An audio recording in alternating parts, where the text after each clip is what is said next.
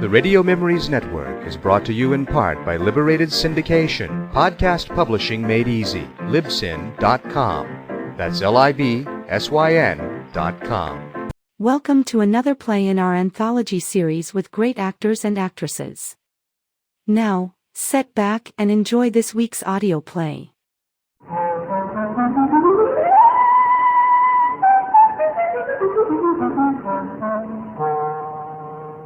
It's Mystery Time. Tonight, Mystery Classics. Stars Laurence Olivier in The Suicide Club. So he died after all. Was it murder and suicide? Or murder and accidental death?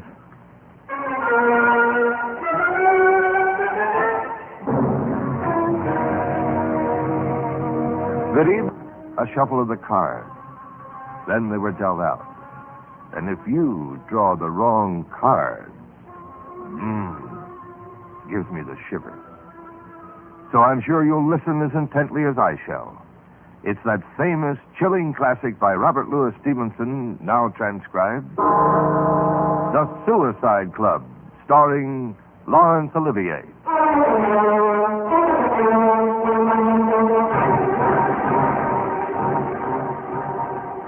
This is the story of a frightening adventure.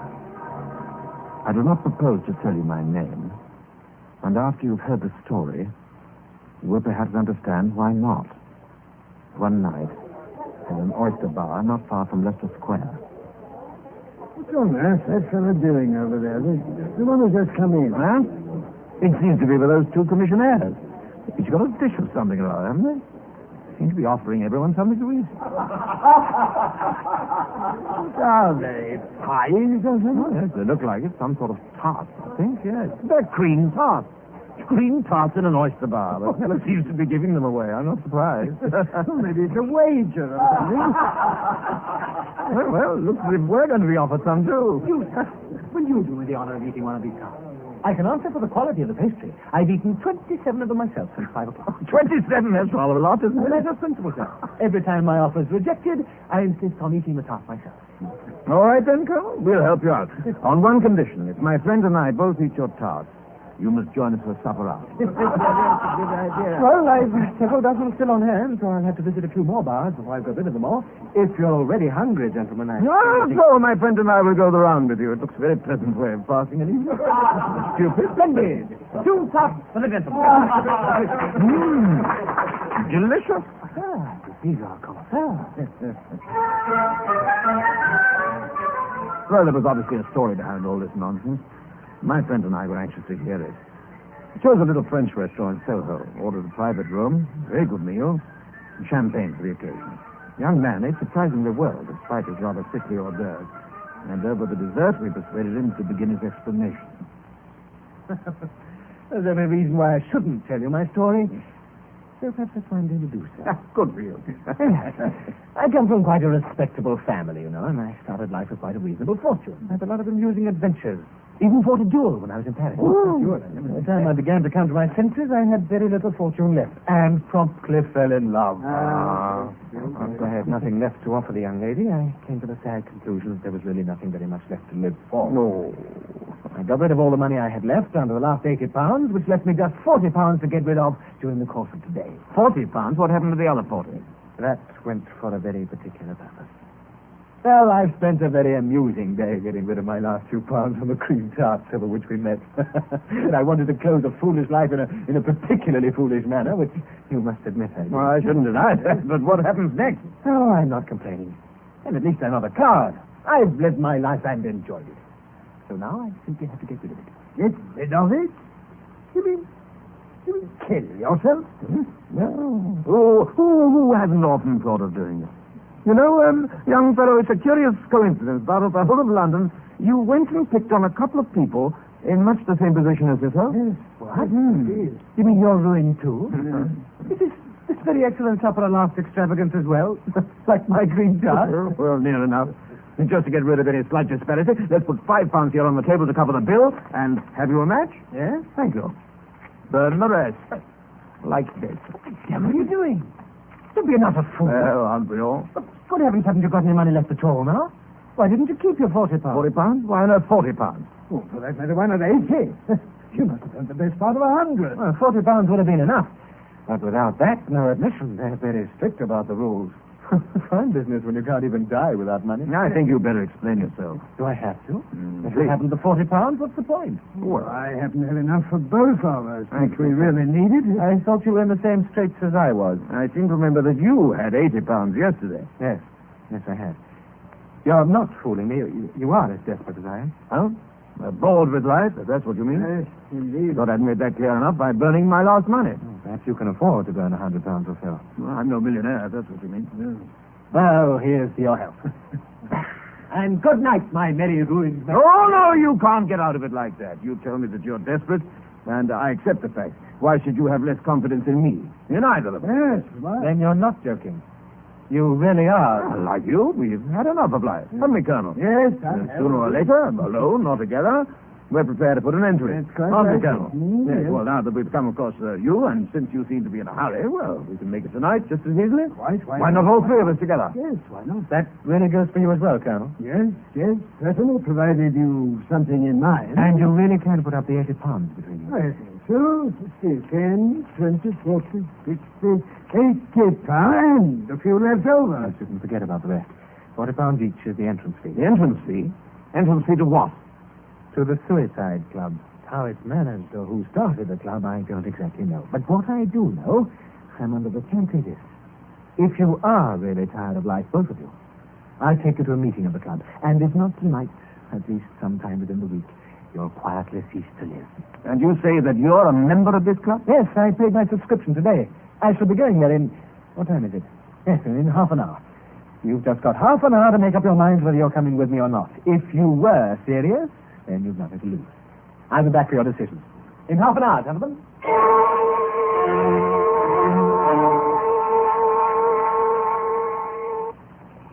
Now, you have made up your minds, both of you. You don't want to draw back while there's still time. No, we're not in the habit of drawing back, either of us. No. Very well. We'll take a four-wheeler. Cab! Wait till sir. Drive us to the address on this piece of paper. Very good, sir. After you, gentlemen.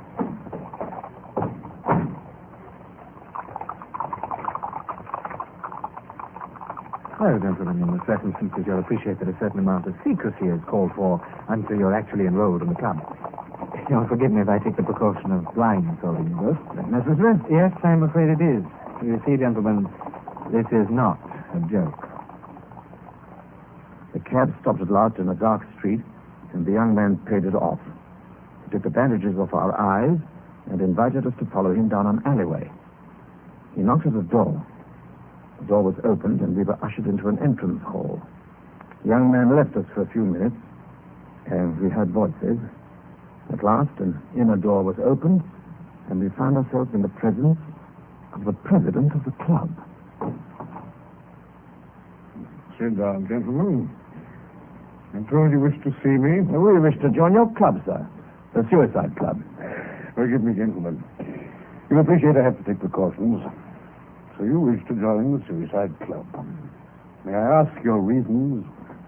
Well, I was a colonel till I was cashiered for cheating at cards. And you, sir? Sheer laziness. Laziness? I guess you must have a better reason than that. No, why should I have? I've lost all my money. Can't be bothered to make any more. If I wasn't so experienced in these things, I should probably turn you both away. As it is, I happen to know that suicide is almost always committed for the most frivolous reasons. Very well, then. If you're prepared to take the oath in the manner prescribed, you will be accepted as members. The oath, I need hardly say, is an oath of secrecy. We're careful to make it binding in the very highest degree. When you have taken the oath, if you're willing to do so, that is, then you'll be enrolled forthwith as members of the Suicide Club. We have bound ourselves on oath to keep the secrets of the Suicide Club. Nothing could be conceived more passive than the obedience promised, or more stringent than the terms to which we had agreed. The man who broke that oath of silence could scarcely have a rag of honor or any of the consolations of religion left to him. We signed the document, but not without a shudder. The president received our entrance money, and without more ado took us through into the smoking room of the Suicide Club. There we were introduced to our fellow members. This a full muster of the club? Oh, middling. By the way, if you have any money, it's usual to offer champagne. It keeps up a good spirit, and it's one of my little perquisites. I shall have to leave that to you, I'm afraid, Colonel. Yes, and there's 4 bottles, with my compliments. Thank you very much. Now, please make yourselves at home. We looked about us with interest. Few of the other members were much above 30, and 1 or 2 were still in their teens. One man interested me intensely. He was probably upwards of 40, but he looked fully 10 years older. I've never seen a man more naturally hideous, nor one more ravaged by his excesses. He was partly paralyzed, and was the only man in the room who shared the composure of the president. I got into conversation with him. So you are newcomers, are you? Well, perhaps I can help to set your mind at rest. I've been coming here regularly for 2 years now. 2 years? But I thought members could only expect to last for a week or so. Ah, yes, but my case is peculiar. I'm not, properly speaking, a suicide at all. Merely an honorary member. I only visit the club once every 2 months or so. My infirmity, you know. And I pay a special rate. Even so, my luck has been quite extraordinary. Your luck? I'm afraid still don't really understand. Oh, no, of course not. An ordinary member who comes here looking for death, like you, returns every evening till fortune favors him. He can even live on the premises, quite cheaply. The president's company is worth the money in itself. Indeed, I shouldn't have thought it. Oh, but you don't know the man. The drollest fellow. What stories and what cynicism. I take it he's a permanency like yourself. The only permanency, really. So far I've been graciously spared, but I must go at last. But the president never plays, of course. He shuffles and deals for us and makes all the necessary arrangements. He's been running the club for over 3 years, and not a whisper of suspicion has been aroused. Quite astonishing when you come to think of it. And he assists the members to commit suicide? Yes, indeed. The whole thing's in his hands. You remember the case last week, the man who was accidentally poisoned in a chemist's I shop? read about it in the papers. Beautifully arranged. Though one of our president's less racy notions, but how simple and how safe. You mean that man was one of the victims? I mean, one of your members? Of course. Nearly every accident which you read about in the papers, in decent society, of course, is arranged for one or other of our members. Ex-members, I should You'll have to forgive me, I'm still in the dark. You said that you've been lucky enough in lasting so long. I thought that the whole idea was to die as quickly as possible. Well, actually, but as I explained, I'm a special case. To me, the club is a sort of temporal intoxication. If I could stand the excitement, I should come here more often. As it is, I regard this as the ultimate in dissipation. I think I can say I've tried every other sort. I can well believe it, if you'll excuse me saying so. I'm flattered. Some people get their greatest excitement out of love or gambling or crime. To me, there's nothing so exciting as fear. In fact, you can envy me. I'm an utter coward. To such as me, the club offers particular excitement. It does. I'm still in the dark. How is the excitement, as you call it, arranged? Of course, I must tell you how the victim, I think that was your word, how the victim is selected every evening. But not only the victim, the other member who is to act for the club and becomes death's high priest for the occasion. You mean they kill each other? Why, yes, the trouble of committing suicide is removed that way. You mean one of us made a take this evening to kill one of the other? Why not? We should really be doing him a service he requires. Would you refuse to oblige a friend? Well, since you say that the game is interesting and exciting, how is it played? And the members sit round the table and the president shuffles and deals the cards, one at a time to each member in turn. The member turns up his card, and I assure you, the suspense is almost unbearable. Exquisite. One of the cards means that the member is to die. Exactly. The ace of spades is the card of death. And the card that turns him into a murderer? We prefer to say, appoints him official of the night. That's another ace. The ace of clubs.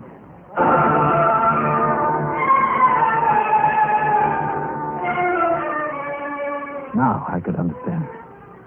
Only too clearly. The man sitting by himself at the window, his head hanging, hands thrust deep in his trouser pockets, pale and sweating with fear, a wreck in soul and body. I could understand the cynical smile on the face of the president, the only one in the room who had nothing to lose by the game, who charged each man the price of his death or the hire of the killer. At last, we met again the man who had brought us to the club, the young madman of the cream tarts. Is this your first night here as a member? I take it that it is. Yes, as I say, quite a few of my friends have been members in the past. That's how I came to hear about it, while they were waiting for their ace of spades. You may remember a certain baronet who was crushed to death by a falling wall last month. Yes, I seem to remember him. Was he a member as well? He brought me with him to the door the night of the accident. Nobody outside this room knew what really happened to him. A member who obliged him was drowned in a boating accident the following weekend. I hope to be as fortunate. On your first night? Isn't that rather unlikely? Unlucky at love, you know. Lucky at cards. I lay you 5-1 that I draw the ace tonight. I thought you'd spent your last sovereign on cream tart. Oh, I'm sorry. Of course I did. Well, wish me luck anyway. Well, I wish you all that you wish yourself. I wish you the same. If it's your pleasure, gentlemen. Well, this will decide it. One way or the other.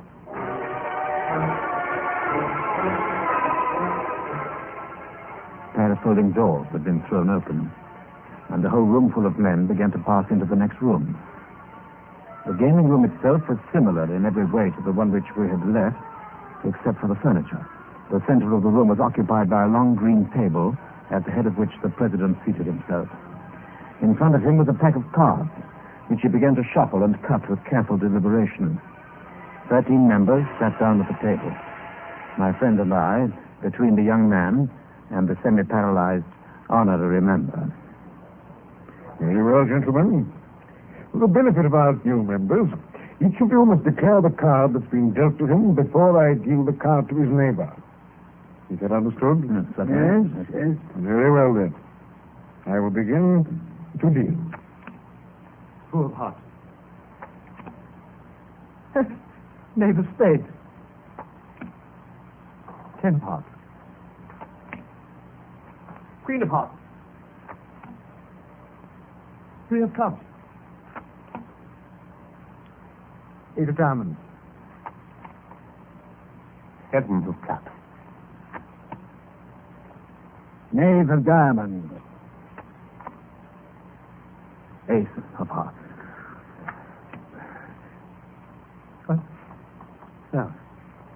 No. I must ask you to declare your cards, sir. The ace of clubs. The ace of clubs. The card of the killer had been dealt to the young man of the cream tart. He dropped it on the table, his face whiter than the pasteboard, then left his place at the table and stumbled back into the smoking room. The excitement around the gaming table was now electric. The killer was known, and somewhere among the remaining 12 was the victim. Hope, fear, envy, and abject terror shone from the watching eyes of the players.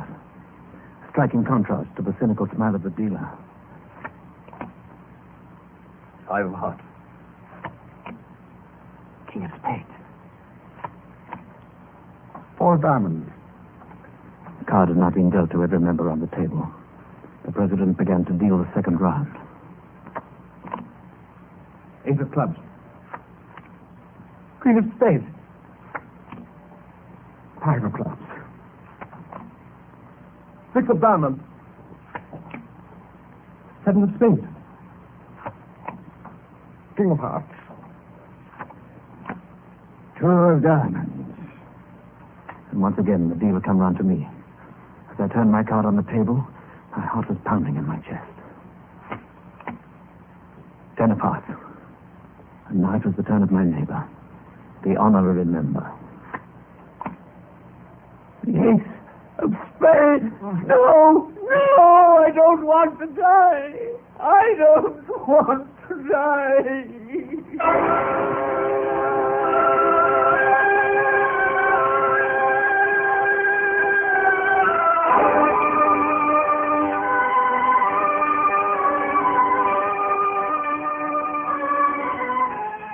Game for the night was at an end. As we left the room, the president beckoned to the young man of the cream tart. The man who had hoped to die was receiving his instructions as official of the night. A friend and I made our escape as quickly as we could. We hailed a hansom cab which took us back to our homes and back to some degree of sanity. Next morning, my friend came round to call on me after breakfast. Well, have you seen it? In this morning's paper? No? What? I haven't looked at the papers yet. Then read this. Mr. Bartholomew Malthus, well known in social circles, and Sir Andrew Flann were killed in a fall from the fourth-floor window of the former's town residence. It appears that Sir Andrew had offered to assist Mr. Malthus up the stairs to his apartment, as the latter was suffering from the effects of a partial stroke. On emerging from the lift, it is thought that Mr. Malthus must have been seized with an attack of giddiness, which caused Sir Andrew to lead into an open window at the end of the corridor. It is thought that one of the gentlemen must then have stumbled, and that the other, in trying to save him, was dragged through the window in his turn. The honor, remember? And the young man was the cream top. So he died after all. Was it murder and suicide? Or murder and accidental death? I wonder. Whatever it was, the world can spare them. Both of them. Yeah. And only one thing lacking to make it poetic justice. You mean the president? Yes. The president of the Suicide Club.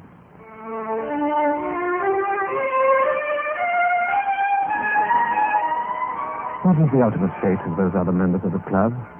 Whether the club is still in existence, or whether the murderer whose brain conceives it came to a violent end in turn, that is something I shall never know. All I know is this, that I never read of a fatal accident in the papers now, without wondering whether it was an accident, or just one further member of an association of madmen whose £40 had been paid to join the Suicide Club.